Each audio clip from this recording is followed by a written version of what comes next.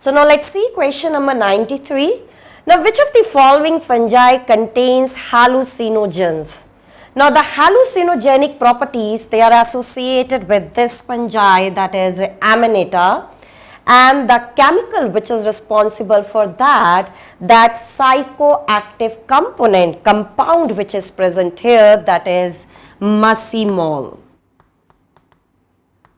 Yes, so this chemical is responsible for hallucinogenic activities in this fungi. So for question number 93, the right option is 2. So now I will be proceeding towards the next question, that is 94.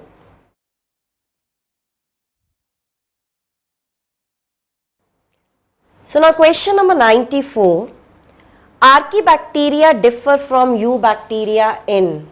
Now Archaebacteria, they are different from eubacteria with respect to cell wall structure as well as cell membrane structure, right?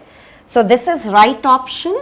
Option number 1, cell membrane structure is differential in Archaebacteria as compared to eubacteria. So now let's see how this is different. If we talk about eubacteria,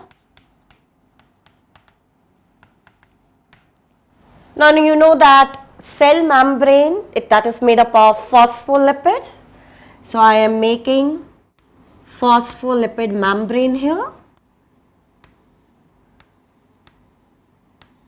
So these are phospholipids, and you might be knowing very well that these phospholipids, they are present in the form of 2 layers. Yes, 2 layers of phospholipids are there.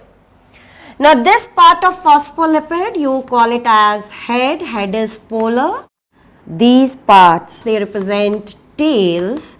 Tails, they are non-polar, they are hydrophobic. So you can see in the interior, tails are there, and towards the outer side, the polar region, head is present, thus forming the cell membrane of eubacteria, where the phospholipids are present in the form of 2 layer. This type of arrangement, you call it as bilayer arrangement. Bilayer is in the eubacteria. Now let's see what is the situation in the case of Archaebacteria. Now in Archaebacteria, again phospholipids, they are present. Now the Archaebacteria which are present in stress condition, severe stress condition. Now what is the situation there?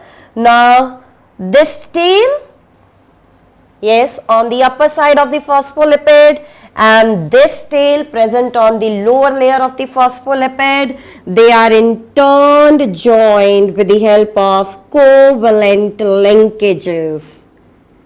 Yes. So the joining is there with the help of covalent linkages. So now it is not a bilayer appearance. Now in Archaebacteria, cell membrane is monolayer. Yes, monolayer condition is there. Now these tails which are present, what are these tails made up of? These tails, they are made up of fatty acids. In the case of Archaebacteria, the fatty acid tails, they are branched, and in eubacteria, these tails, they are unbranched. So it's a second difference. Here we will say branched lipids are there, and in this case unbranched condition is associated with this fatty acid chains, right? So this is about the differences between the Archaebacteria and eubacteria with respect to the cell membrane. Now I will be discussing next question, that is question number 95.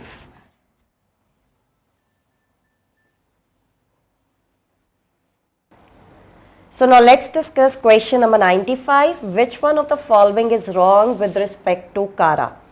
Chara is an green alga in which there is presence of multicellular and jacketed sex organ.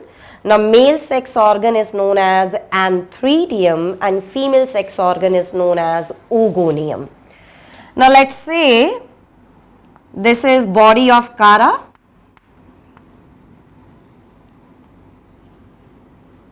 Right?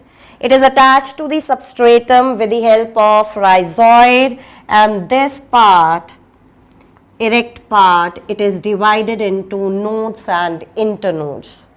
Now over the nodes there is presence of branches. Yes. So at the nodes there is presence of branches which are arranged in the form of whorl. These branches which I have formed here, they are branches of limited growth. Yes, these are known as primary laterals. Now I am going to expand one of the primary lateral, because in this primary lateral there is presence of sex organs. Yes. So this is primary lateral.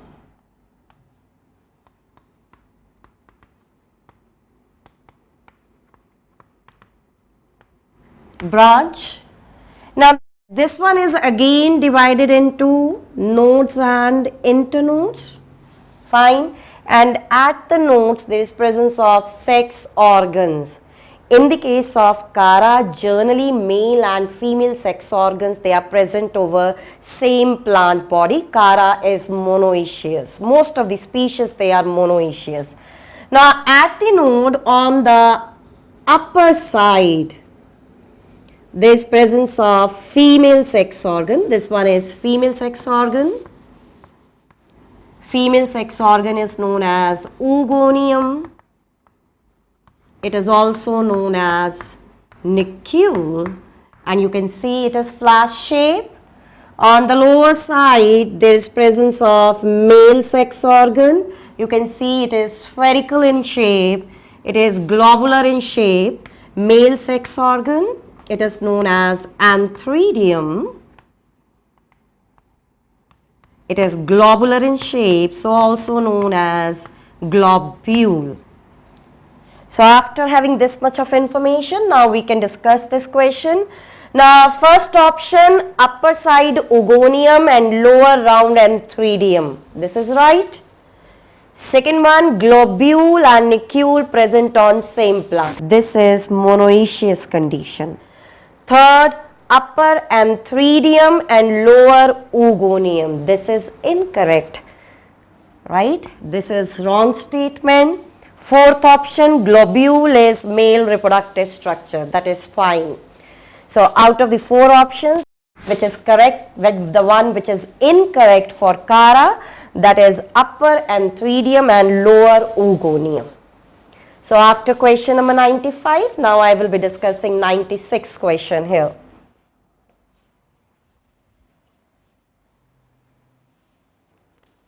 Question number 96. Now which one of the following is responsible for peat formation? Now peat formation is by this moss, that is sphagnum. Sphagnum is known as peat moss, bog moss, cotton moss. Now sphagnum grows in acidic condition, acidic marshy areas, right? Now after the death of sphagnum, the dead body of sphagnum, slowly and slowly it undergoes compression, carbonization and fossilization, and over thousands of years it is converted into a spongy dark color moss. That dark color moss which is formed, that is known as peat. Yes. Now this peat which is formed, then it is dried, it is compressed and it is used as fuel. Yes. So what is the economic importance of peat? It is used as fuel and it is obtained from sphagnum, so it is known as peat moss. So now let's proceed towards next question, number 97.